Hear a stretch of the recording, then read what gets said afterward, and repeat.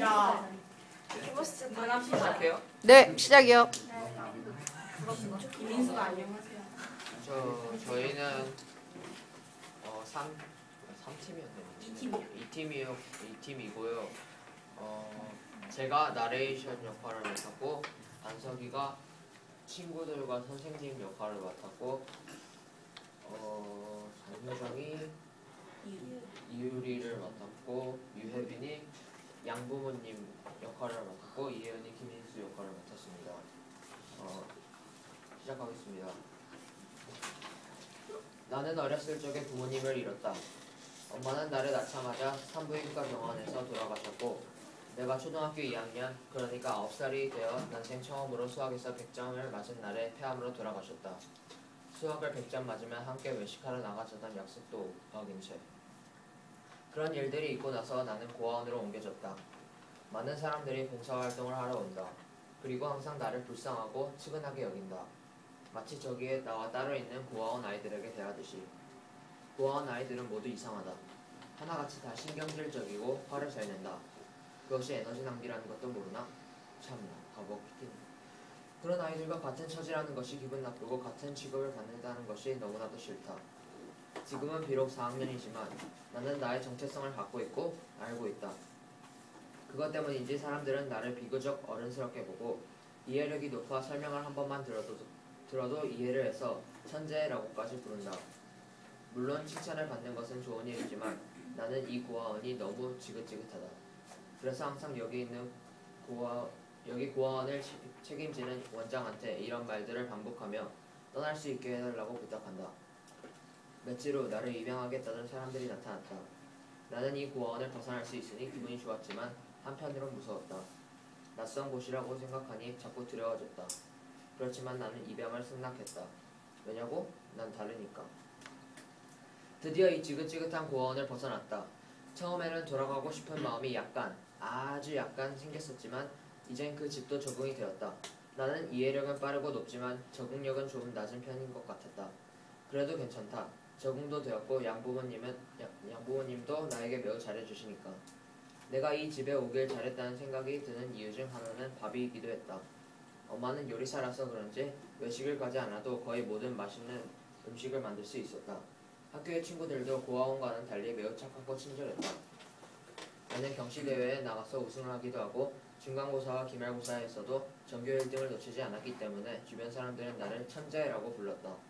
나의 이름인 김인수를 고쳐서 천재수라고 부르기까지 했다.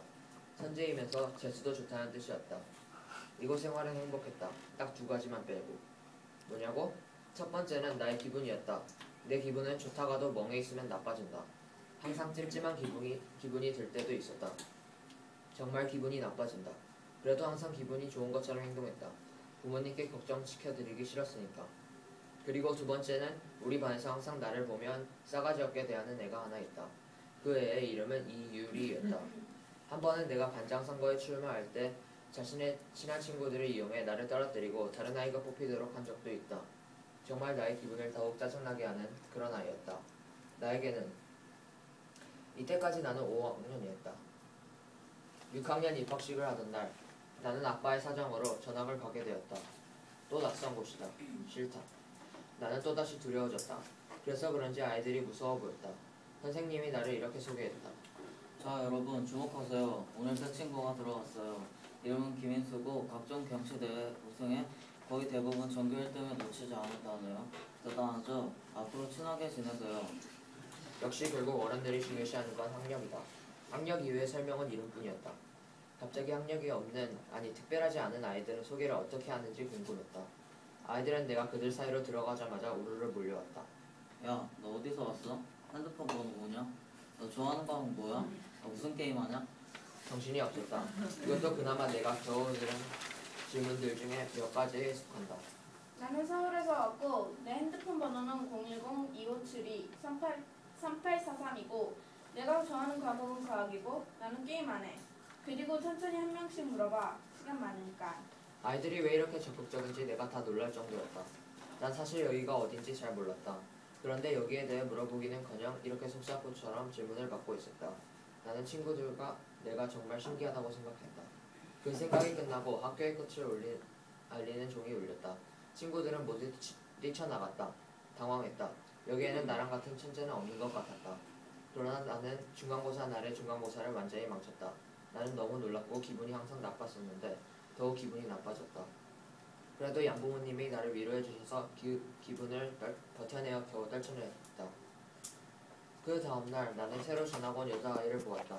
그 아이의 이름은 다름 아닌 이유리였다. 나는 너무 깜짝 놀랐다. 나를 괴롭히려 여기까지 온 저승사자 같은 느낌이 들었다. 다시 행복한 생활을 잃게 되는 순간이라고 생각했다. 그런데 제가 과학을 좋아했었나? 그러고 보니 과학 경시대회 결승에서 본 기억이 났다. 그때는 왜 알아보지 못했는지 약간 신기했다.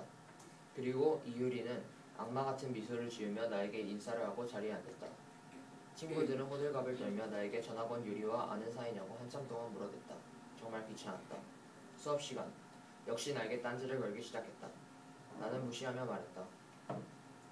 제가 생각하기에는 그렇게 그림을 하며 외우는 활동보다 각자 시간을 가져서 외우는 것이 효율적이지 않나요? 너는 그렇겠지만 외우는 걸 잘 못하는 학생은 오히려 이게 더 도움이 될 것 같은데. 아, 진짜 딴지 좀 작작 걸었으면 좋겠다. 다시 짜증이 났다. 쟤는 왜 저렇게 나한테만 싸가지가 없지? 어떤 거에 집중을 하며 이 기분을 떨쳐내고 싶었다. 경시대회에 쓸 발명품이나 더 준비할까? 라는 생각을 가지고 수업이 끝나자마자 집으로 달려갔다. 나의 발명품은 거의 완성되어 있었다. 그 발명품의 이름은 대화통신장치였다. 그것은 도청기에 녹음 기능을 추가하여 따로 있는 기계에서 흘러나오면서 녹음이 된다. 집에 갔다. 부모님이 계시지 않았다. 어디 가셨지? 나는 다시 짜증나는 기분이 들었다. 빨리 집중해야지. 이런 발명품을 선생님께 맡겼지? 쳇, 잠이나 자야겠다. 잠을 잘 땐 아무것도 느낄 수 없으니까. 매일매일 학교는 지옥 같았다. 그 애는 정말 사람을 짜증나게 하는 데에 재능이 있는 것 같았다. 그래서 나는 학교에 가기 싫어졌다. 또 학교에 가야 하는 아침이었다. 정말 싫어졌다. 학교에 도착하고 나서 갑자기 애들이 나에게 찾아왔다. 야, 너희 친구모님 정말 돌아가셨어? 그럼 너 보아야? 너희 부모님은 어떻게 된 거야? 양부모님이야? 짜증났다. 정말 내가 이렇게까지 짜증나는 기분을 느낀 건 처음 같았다. 그러나 나는 에너지 낭비. 라고 계속해서 되새기며 참았다. 어떤 일 하나가 또 터지면 그땐 더 이상 참을 수 없을 것 같았다. 누가 말했어? 이유리가. 갑자기 옆에 애가 쿡쿡 찌르고 입을 먹었다. 그리고 비밀이잖아. 아닌데? 잠깐 이거 나 아닌데? 비밀이잖아. 라고 말하는 목소리까지 정말 세세하게 다 들었다. 그래도 참았다. 빨리 자고 싶은 나의 마음이 분노로 가득 찼다. 그래도 참았다. 그러고 집으로 달려가 잤다. 눈을 떴다. 아침이었다. 아니 새벽이었다. 엄마 아빠가 요리를 하고 있었다. 날 위해. 그렇게 생각하니 기분이 좋았다. 엄마 아빠의 이야기 소리가 들렸다. 이거 솔직히 반응이 별로 없어. 꾸준히 효과가 별로 없나? 저도 너무 공부 어때? 말이 끝나는 타이밍에 나는 엄마를 확 감싸 안으며 말했다. 엄마, 뭐해요? 엄마 아빠가 놀랐다. 응? 너무 심하게 당황하는데? 넌 위에 밥을 만들고 있었어. 아, 그렇구나. 능척스럽게 모르는 척했다. 난 천재니까 남을 배려하는 건 당연한 일이지. 짜증과 졸음이 함께 밀려왔다. 다시 자야겠다. 눈을 감고 다시 잠을 청했다. 눈을 떴다. 으아, 늦었다. 나는 밥을 흡입하듯이 먹고 학교에 갔다. 늦지는 않았지만 계속해서 짜증나는 기분이 치밀어 올랐다. 왜지? 오늘따라 더 그랬다. 어제 못한 발명품을 더 고치기로 마음먹고 선생님께 6교시가 끝나고 받으러 가겠다고 말씀드렸다. 점심시간이 되었다. 갑자기 유리가 나에게 찾아왔다. 또 나를 괴롭히러 왔겠지. 유리가 쭈뼛쭈뼛거리다가 나에게 말했다. 인수야 미안해. 내가 호기심으로 만지작거리다가 실수로 발명품을 훔쳐버렸어. 진짜 일부러 그런 거 아니야. 난 어차피 이번 대회도 안 나가거든. 조금 미안해. 내 발명품은 선생님께 있는데 아마 학교에서 놓은 샘플을 묻은 것 같았다. 그러나 어제 일과 합쳐 나의 분노는 더욱더 치밀어 올랐다. 조심 좀 해. 내가 공들여 만든 발명품을 그렇게 부수면 어떡하냐? 화약을 맞고 만지던가. 어쨌든 이거 빨리 물어대든가. 고쳐내. 아, 터졌다. 이제 나도 날 통제할 수 없을 것이다. 야, 말이 너무 심한 거 아니야? 솔직히 일부러 무슨 것도 아니고 미안하다는 사람이 꼭 그렇게 말해야겠냐? 사람이 중요하냐? 경시대회가 중요하냐? 당연히 사람이지. 그렇지만 사람도 나와 별로 친하지 않은 사람이면 그 정도 배려할 필요는 없어지잖아. 그런 상황에서는 경시대회가 중요할 수도 있지. 너 같으면 어떤 아이가 너한테 병 옮겨서 중간고사를 못 봐 0점을 맞아도 화가 안 나고 중요하지도 않겠냐?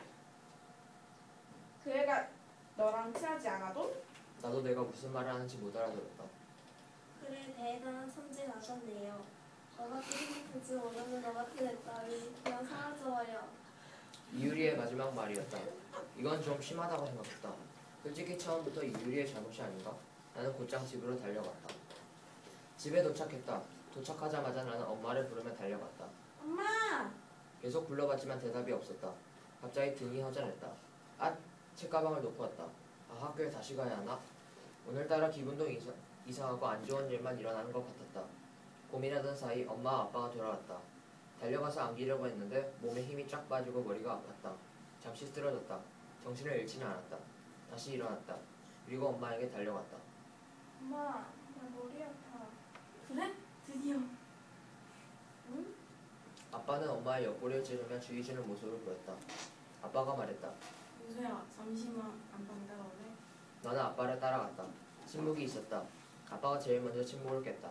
민수야, 잘 믿기진 않겠지만 엄마랑 아빠는 빚이 엄청 쌓여 있었어.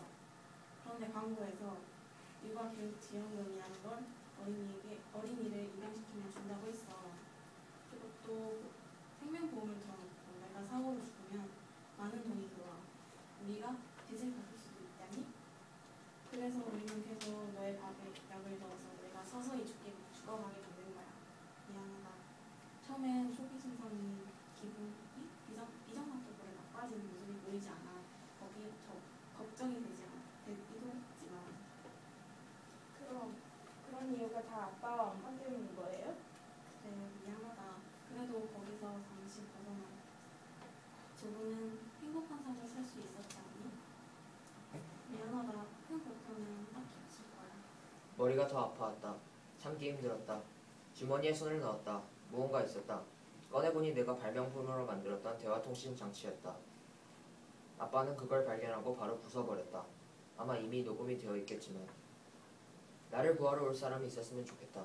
거의 정신을 잃다시피 하고 있을 때 종소리가 울렸다. 엄마가 문을 열어줬다. 유리였다. 웬일이지? 내 가방을 갖고 왔다. 나는 움직일 수가 없었다. 시끄럽게 떠드는 소리가 들렸다. 경찰이 보였다. 나는 정신을 잃었다. 일어났다. 응? 일어났네. 약간 신기했다. 양냄새가 코끝을 찔렀다. 밖에선 경찰차 사이렌 소리가 울려 퍼졌다. 내 옆에는 유리가 서 있었다. 약간 우울한 표정으로 서 있었다. 정적이 흘렀다. 서로 바라만 보고 있었다. 유리가 먼저 정적을 깼다. 몸은 어때? 괜찮아? 가방을 놓고 갔길래 가져다가 주려다가 다 들었어. 미안해. 아니야, 솔직히 내가 너를 화나게 했잖아. 내가 미안해. 인물이 대포를 타고 줄을 흘렀다. 그리고 다시 머리가 아파왔다. 그리고 정신을 잃었다. 정신을 잃기 전에 한마디의 말을 들었다.